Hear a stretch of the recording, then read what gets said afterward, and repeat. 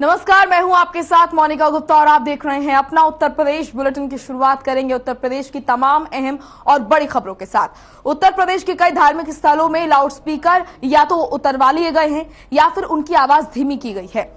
ये कार्रवाई मुख्यमंत्री योगी आदित्यनाथ के निर्देश के बाद हुई है। वहीं धार्मिक स्थलों में लाउडस्पीकर को लेकर ADG law and order Prashant Kumar ने बताया कि अभी तक यूपी में 125 धार्मिक स्थलों से लाउडस्पीकर हटवाए गए हैं। वहीं 17,000 धार्मिक स्थलों पर स्पीकर की आवाज कम की गई है। इसके अलावा शासन ने तेज आवाज में लाउडस्पीकर बजाने वालों की रिपोर्ट तलब की है। ये रिपोर्ट 30 अप्रैल तक देनी होगी। उन्होंने कहा कि यहाँ पर अलविदा की नमाज और इसके पहले जो अन्य धर्मों के भी त्योहार हुए हैं उसके अनुपालन में लगभग 37,344 धर्मगुरुओं से वार्ता की गई है।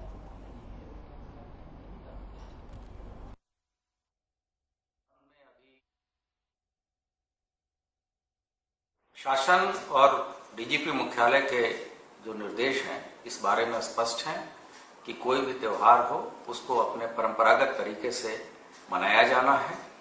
और इस संबंध में अभी आपने देखा होगा कि शासन के भी निर्देश हैं कि जो ध्वनि या जो आवाज इत्यादि के बारे में भी स्पष्ट निर्देश दिए गए हैं कि उसमें माननीय हाई कोर्ट के आदेश का अनुपालन हो। इन सभी चीजों को रखते हुए और अलविदा की नमाज तथा इसके पहले जो अन्य धर्मों के भी त्योहार हुए हैं उसके अनुपालन में लगभग 37,344 धर्म गुरुओं से हम लोगों की वार्ता हो गई है।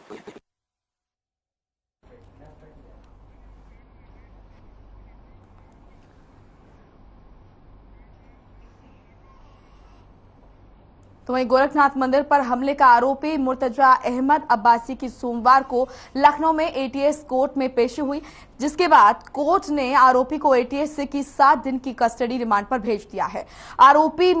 आरोपी से आपको बता दें कि यूएपीए के आरोपों के तहत अब एटीएस पूछताछ करेगी और मुकदमा लखनऊ की स्पेशल एनआईए एटीएस कोर्ट में चलेगा। गौरतलब है कि गोरखनाथ मंदिर पर तैनात सुरक्षा कर्मियों पर हमला करने के आरोपी मुर्तजा अहमद अब्बासी का केस स्पेशल कोर्ट में ट्रांसफर कर दिया गया है। इसी सप्ताह उसे लखनऊ सेंट्रल जेल में शिफ्ट करने की भी संभावना है।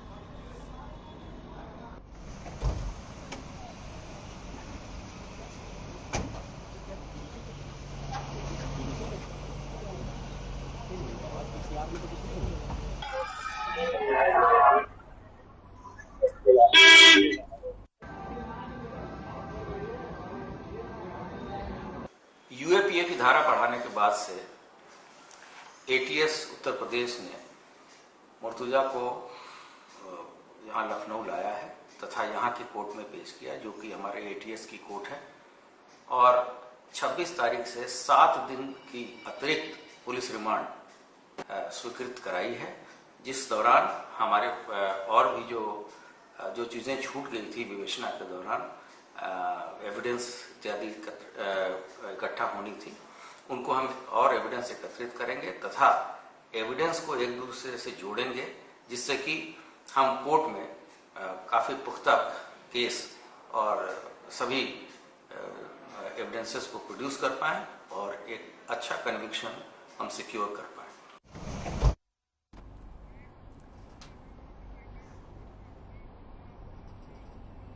चलिए अब खबर लखनऊ से है, जहां पर अपर मुख्य सचिव वन मनोज सिंह पूरे एक्शन मोड में हैं। ऐसा हम इसलिए कह रहे हैं क्योंकि बीते दिनों पर्यावरण, वन और वन्य जीव विभाग से संबंधित प्रस्तुतिकरण सीएम योगी को देने के बाद अब अपर मुख्य सचिव मनोज सिंह ने स्वतंत्र प्रभार मंत्री अरुण सक्सेना के साथ वायु प्रदूषण को लेकर प्रेस कॉन्फ्रेंस की है। इस दौरान उन्होंने कहा है कि सरकार के अनुरूप कार्य किए जा रहे हैं। साथ ही कहा कि मई और जून में होने वाले प्रदूषण को कंट्रोल करना हमारा लक्ष्य रहेगा। हमारा लक्ष्य परिवर्तन लाना है, जिसकी शुरुआत उत्तर प्रदेश से होगी। जो एयर पॉल्यूशन की वजह से होती है और एयर का होती है। आज एयर पॉल्यूशन को कम करने के लिए ये कार्यशाला है।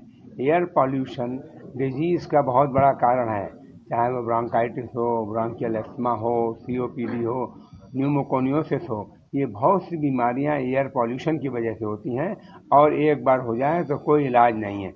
तो इनको कम करने के लिए इनकी रोकथाम करने के लिए, लोगों की क्वालिटी ऑफ लाइफ बेहतर करने के लिए, लाइफ स्पैन को सही रखने के लिए ये कार्यशाला आयोजित की जा रही है ताकि एयर पॉल्यूशन कम हो। धन्यवाद सर। मैं अनुरोध करूँ परिवर्तन विभाग एवं विश्व बैंक को उत्तर प्रदेश राज्य वहीं ओटीटी प्लेटफॉर्म जेम प्लेक्स पर रिलीज होने वाली वेब सीरीज निशाचर के निदेशक धर्मेंद्र कुमार हैं। वेब सीरीज की शूटिंग लखनऊ में भी हुई है। गंगा बैराज और रेव मोती और यहां पर बिठूर समेत कई स्थानों पर शूटिंग की गई है। इस वेब सीरीज में लखनऊ के रोहित राजावत और इसी के साथ आपको बता दें इस वेब सीरीज में सोनाली राठौर नजर आएंगी। ये वेब सीरीज 1.5 घंटे की फिल्म को 2 एपिसोड में बांटा गया है। यहाँ पर ल्याणपुर में रहने वाले रोहित राजावत विश्वविद्यालय से स्नातक करने के बाद मुंबई गए और वहां पर टीवी शो में काम किया। 2012 में इनको प्यार में ऐसा होता फिल्म में काम मिला और इसके बाद उन्होंने कुछ रंग प्यार के और सावधान इंडिया टीवी शो में भी काम किया है।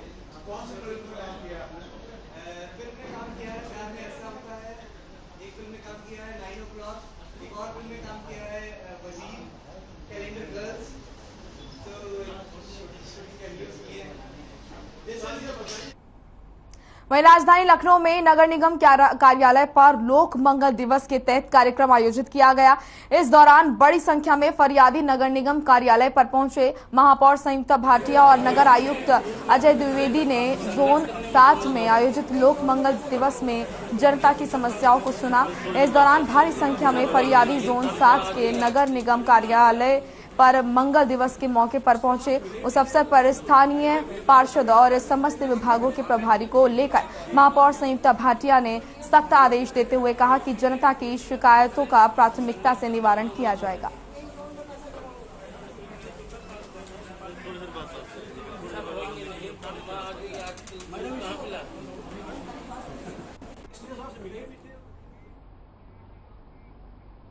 चलिए अब खबर कानपुर से है, जहां पर श्री बालाजी महाराज की अखंड ज्योति प्रज्वलित कर धूमधाम से उत्सव मनाया गया।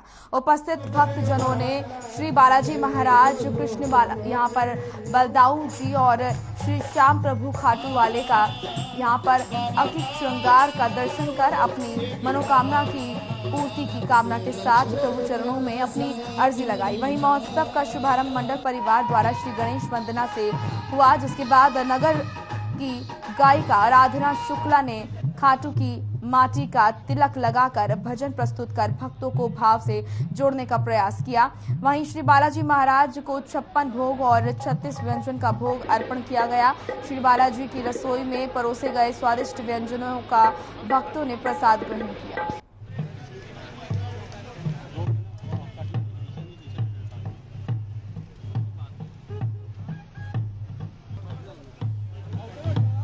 तो भक्तजन यहां पर पहुंचे और बालाजी महाराज और इसी के साथ तमाम भगवानों के यहां पर श्रृंगार किए गए दर्शन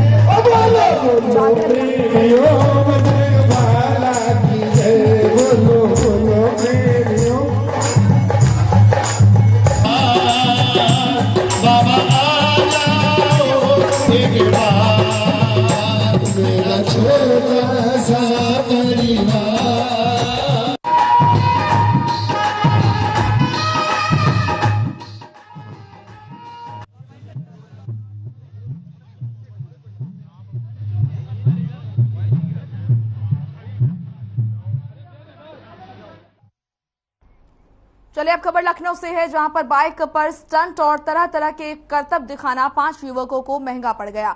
दरअसल सोशल मीडिया पर एक वीडियो जमकर वायरल हो रहा था, जिसमें कुछ युवक सीएम आवास के पास सुबह 6 बजे स्टंटबाजी कर रहे थे। सोशल मीडिया पर वीडियो वायरल होने के बाद पुलिस कमिश्नर डीके ठाकुर ने मामले का संज्ञान लेते हुए सख्त कार्रवाई करने का आदेश दिया, जिसके बाद 3 टीमों ने सीसीटीवी की मदद से स्टंट करने वाले 5 युवकों को गिरफ्तार कर लिया। साथ ही उनके पास से 12 बाइक भी बरामद की। इस मामले में पुलिस स्टंटबाजी में शामिल अन्य आरोपितों की पहचान और उनकी गिरफ्तारी में जुट गई है।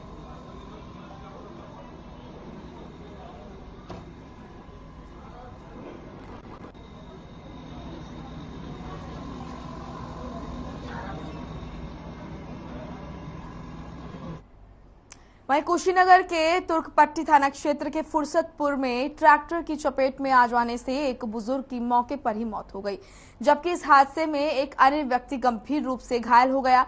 घटना के बाद से ट्रैक्टर चालक मौके से फरार है।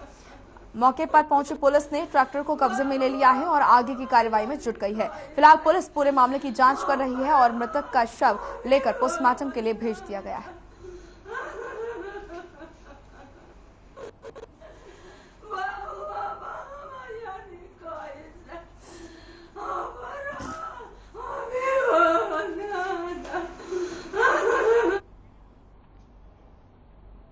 कुशीनगर के पडरौना नगर पालिका परिषद के विस्तारित ग्रामीण क्षेत्र भरवलिया में आग का तांडव देखने को मिला, जहां आग लग जाने से गांव के ही 2 परिवारों का घर जलकर राख हो गया।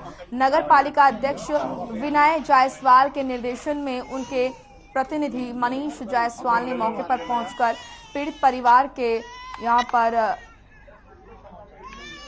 गुड्डू राजभर और दिनेश राजभर को ढांढस बंधाया, साथ ही आर्थिक सहयोग के साथ खाद्य सामग्री भी दी। मनीष जायसवाल ने कहा कि आगामी 2 माह जब भीषण लू का दौर चलेगा, ऐसे समय में हमें सावधानी बरतने की आवश्यकता है। साथ ही उन्होंने संबंधित विभाग के अधिकारियों से बात करके पीड़ित परिवार को हर संभव मदद का आश्वासन भी दिया।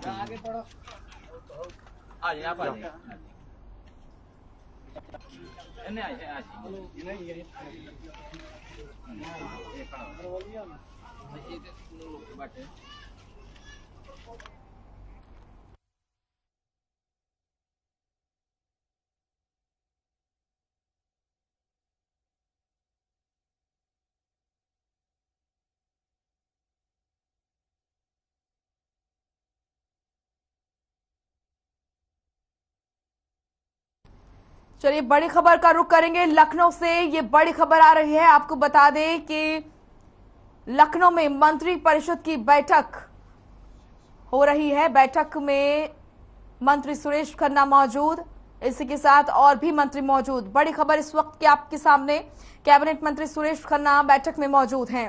इस वक्त की ये बड़ी और अहम जानकारी, लखनऊ से मंत्री परिषद की बैठक चल रही है और इस बैठक में कैबिनेट मंत्री सुरेश खन्ना मौजूद है, मंत्री संदीप सिंह, मंत्री नंद गोपाल और इसी के साथ और भी मंत्री इस बैठक में मौजूद। काफी महत्वपूर्ण ये बैठक मानी जा रही है। कई अहम मुद्दों पर इस बैठक को लेकर चर्चा हुई और साथ ही साथ आपको बता दें कि इस बैठक में कई मंत्री मौजूद हैं।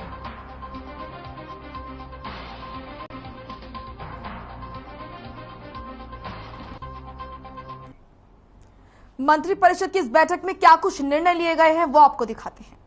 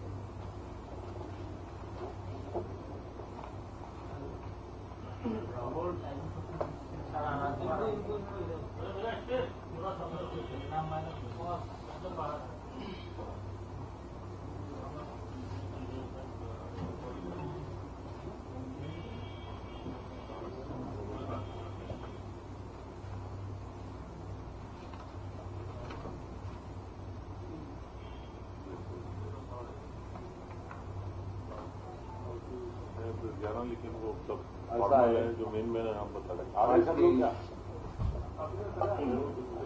क्या नहीं वो कुछ लोग तो अभी से भी निकल गए। आज की इस प्रेस ब्रीफिंग पे आप सभी लोगों का हम स्वागत करते हैं। आज कैबिनेट के सामने कुछ औपचारिक और कुछ बहुत आवश्यक प्रस्ताव पास हुए हैं। उसी के संदर्भ में हम आपसे वार्ता करेंगे।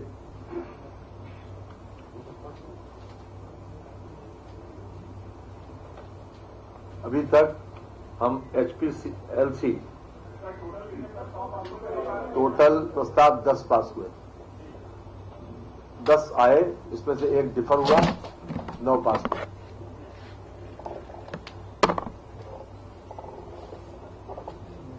अभी तक हम चाइना से HPLC को आयात करते थे।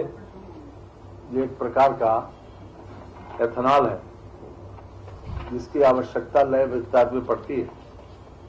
अब हमने तय किया है आज के कैबिनेट के माध्यम से कि हम लगभग 10 लाख लीटर स्वयं इसको निर्मित करेंगे, स्वयं इसका प्रोडक्शन करेंगे। जो हमारे लैब के लिए विशेष रूप से आवश्यकता थी उसकी पूर्ति हम स्वयं करेंगे। और ये बहुत अच्छा और बहुत नया स्टेप है, बहुत इनोवेटिव है, जो हमारी आवश्यकताओं की पूर्ति के लिए आवश्यक था। इसके लिए आज कैबिनेट ने अनुमति दे दी। इसके साथ विधानसभा के सत्र में जो समय समय के ऊपर असरकारी प्रस्ताव आते हैं, चाहे वो संकल्प हो, कोई विधेयक हो या कोई अन्य प्रस्ताव, उसके लिए एक समिति की अनुमति दी है मुख्यमंत्री जी ने मेरी अध्यक्षता में। वो समिति में माननीय सदस्य हैं श्रीमती बेबी रानी मौर्य, श्री जयवीर सिंह जी, श्री धर्मपाल जी, ये लोग उसके सदस्य बनाए गए हैं।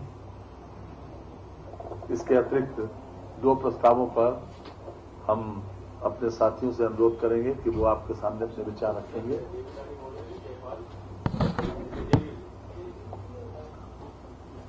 ये श्री नंद गोपाल नंदी जी आज ये माननीय मंत्री इंडस्ट्री मिनिस्टर, और उसके बाद हमारे श्री संदीप जी जो बेसिक शिक्षा का एक प्रस्ताव है उसके विषय में अपनी बात। पूर्वांचल एक्सप्रेसवे पर स्थापित टोल प्लाजा के संचालन, टोल कलेक्शन तथा 6 एम्बुलेंस व 12 पेट्रोलिंग वाहन आवश्यक कर्मियों के साथ उपलब्ध कराए जाने हेतु एजेंसी के चयन के संबंध में पीछे निविदा हुई थी और 222 करोड़ रुपए में निविदा हुई है। 200 करोड़ रुपए हमारा रिजर्व प्राइस था और 222 करोड़ रुपए जो H1 आया उनको ये दिया गया है। इससे जो भी टोल कलेक्शन होगा उससे जो सड़क बनाई गई है उसकी किस्तें और उसका ब्याज भरा जाएगा और जनमानस को अच्छी सुविधा मिले, इसके लिए एक्सप्रेसवे आज ये इसकी बिडिंग की प्रक्रिया थी, आज कैबिनेट से पास हुआ। जी अब देखिए आज कैबिनेट से पास हो गया है और कैबिनेट से पास होने के बाद अब जो आगे की प्रक्रिया है जारी होगी, फिर उसका शुरू हो जाएगा।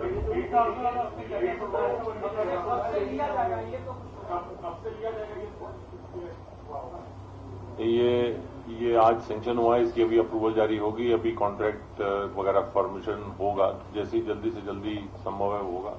और वो जो ऑपरेटर है वो सारी सुविधाएं देगा वहां पे, एम्बुलेंस वाहन और ये सब। एम्बुलेंस है और 12 पेट्रोलिंग वाहन है, 6 एम्बुलेंस। टोल प्लाजा बने हुए हैं 2।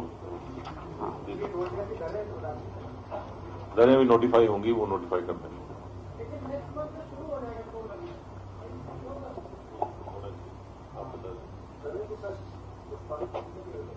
एज अर्लीस्ट पॉसिबल होगा।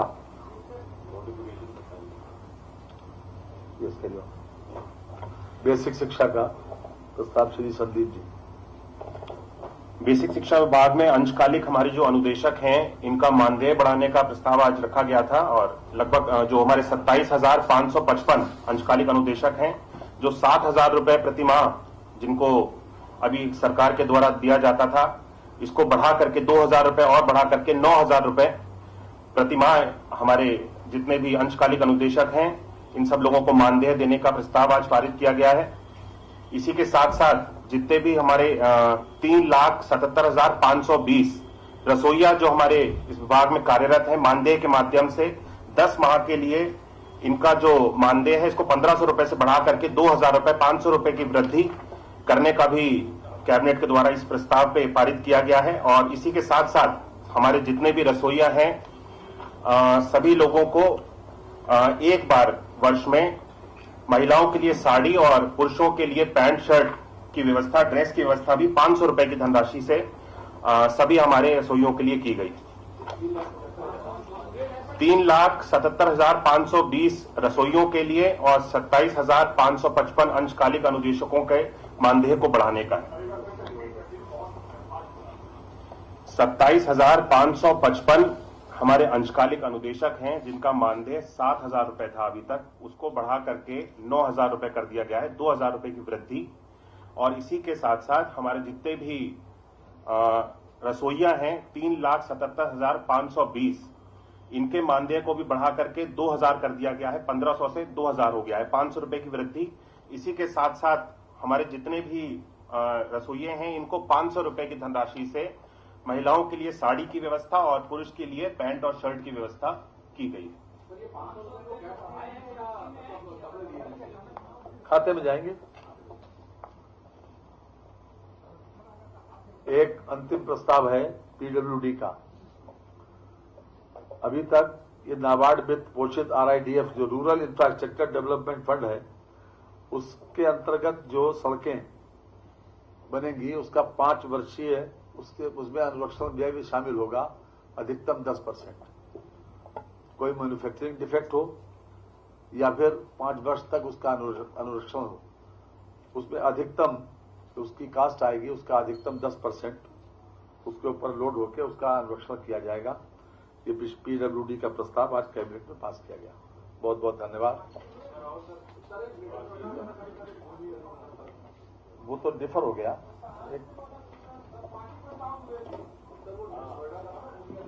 हाँ, भूमि अधिग्रहण वाला वो पास हो गया है, उसमें हम लोगों ने छूट दी है, जो 10% किसानों को देना था राजस्व, उसमें छूट दे दी है।